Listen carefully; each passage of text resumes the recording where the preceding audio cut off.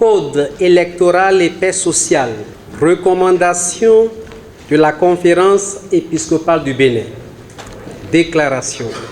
Le 25 avril 2024, au Palais des Congrès de Cotonou, à l'initiative de l'Observatoire chrétien catholique de la gouvernance, sous la direction de l'Aumônerie nationale des cadres et personnalités politiques et sous le parrainage de la Conférence épiscopale du Bénin, a eu lieu le colloque national sur le thème « Les modifications du Code électoral au Bénin de 1990 à aujourd'hui.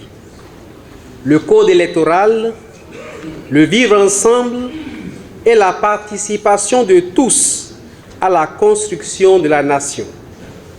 Contribution de l'Église à la paix sociale pour des élections véritablement démocratiques en 2026. » Partant des travaux, des observations et des préoccupations des participants lors du colloque, la Conférence épiscopale du Bénin, après avoir longuement réfléchi et prié, rend publique la déclaration qui suit dans l'unique but d'orienter notre code électoral dans la voie d'élections transparentes, inclusives, libres et démocratiques, qui soit promotrice des droits de la personne et du développement au Bénin et partout en Afrique et dans le monde. Constat. Le maintien de la paix, une question préoccupante.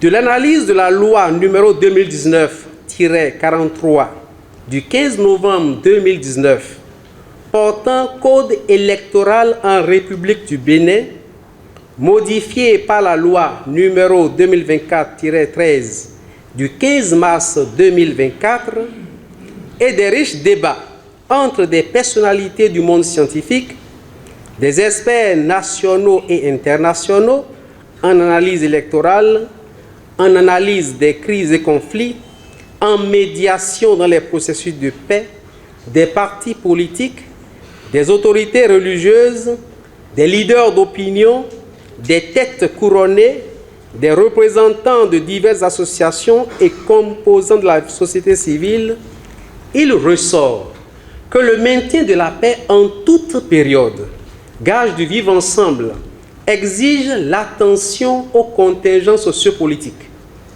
l'écoute des hommes et la prise en compte des préoccupations actuelles de tous les citoyens relatives au code électoral devant régir les élections de 2026 au Bénin. Au nombre de ces préoccupations, on peut citer 1. Les conditions de révision des lois électorales sans discussion ouverte et concertation préalable des parties prenantes autour des préoccupations concernant les électeurs en général et les partis politiques en particulier. 2. Le règlement circonstanciel dans le code électoral de certains problèmes réels préjudiciables au vivre ensemble, tels que les modalités de parrainage et d'attribution de sièges, dans un contexte de non-association de toutes les parties prenantes à une élection. Les partis politiques de tous bords légalement reconnus, les autorités religieuses et traditionnelles, les organisations de la société civile, les citoyens détenteurs de la souveraineté nationale délégués aux élus dans le cadre d'une élection régulière, libre, juste, crédible et inclusive. 3. Le durcissement des conditions d'éligibilité pour l'élection présidentielle à travers les modalités de parrainage qui ne garantissent pas la possibilité pour tous les partis politiques légalement reconnus de présenter des candidats. 4. Le seuil de 20% de suffrages par circonscription électorale pour l'attribution des sièges pour les élections législatives. 5. La faible représentativité de l'opposition parmi les membres de la Sénat, organe chargé de la gestion des élections. Faible représentativité qui laisse planer une méfiance sur l'impartialité des membres ainsi que la transparence et la crédibilité qui devraient caractériser les différents scrutins. 6. La réduction de la liberté de choix des citoyens par rapport à leurs mandataires. 7.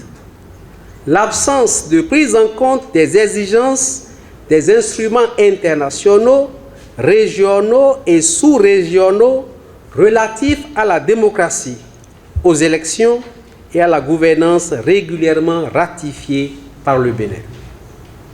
Suite à ces constats, la conférence épiscopale du Bénin, prenant en compte les recommandations des experts conférenciers et des participants dans leur ensemble, consciente qu'une élection non assumée par le peuple, parce que génératrice de suspicion, est toujours source de crises multiples et multiformes. Reconnaissant qu'aucune loi n'est parfaite et que tout texte de loi adopté et promulgué doit être ouvert à d'éventuelles améliorations en cas de nécessité. Constatant que le seuil de 20% fixé par circonscription électorale, plus restrictif qu'un seuil de 20% au niveau national, est un seuil plus élevé que partout ailleurs dans le monde.